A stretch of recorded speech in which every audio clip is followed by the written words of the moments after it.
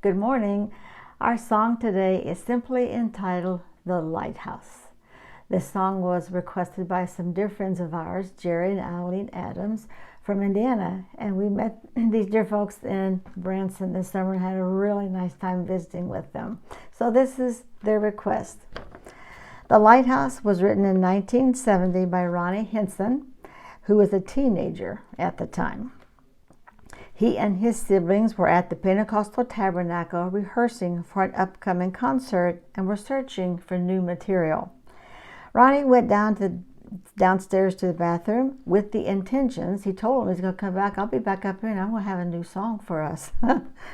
They laughed at him, and he was gone for several minutes and returned to the sanctuary with a long piece of toilet paper with the title, The Lighthouse, and some words.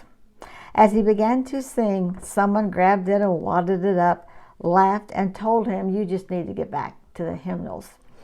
His brother Kenny, their guitar player, collected that piece of toilet paper out of the trash as he had an idea.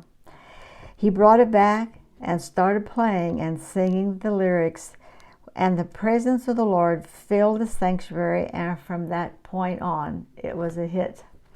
But this is not the end of that story, because at the time Ronnie had written the song, he had never laid eyes on a lighthouse to his knowledge. He did not understand what was so special about that song until he jumped on his bicycle and rode 30 miles to find a lighthouse. He parked his bike and climbed up on a sand dune, and for the first time saw the Pigeon Point Lighthouse in Santa Cruz, California. As he sat staring at the lighthouse that was so desolate looking, he thought, what a scene. There stood the lighthouse filled with hope in the middle of all that dreary hopelessness of the great ocean. He then looked at the words that were written on that piece of toilet paper, and with tear-filled eyes, he knew that it was something that God had orchestrated. No matter how many songs he wrote or how many awards he received for writing them, he always remembered that trip to the lighthouse as God's way of keeping him humble. And as Christians today, there are so many people looking for their lighthouse. And of course, we know there's only one true lighthouse, and that's Jesus.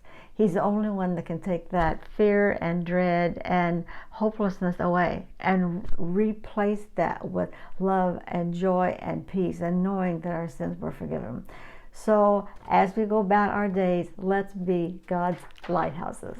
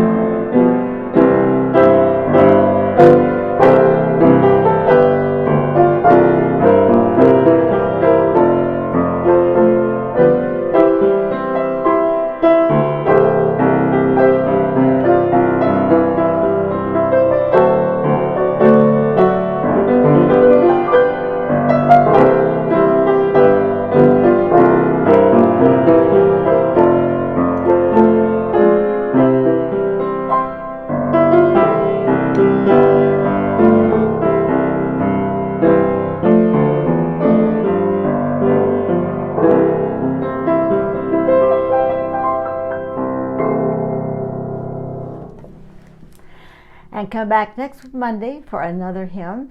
And again, if you have a favorite song and can let us know, I'll be happy to look it up for you. So remember, we're God's lighthouses.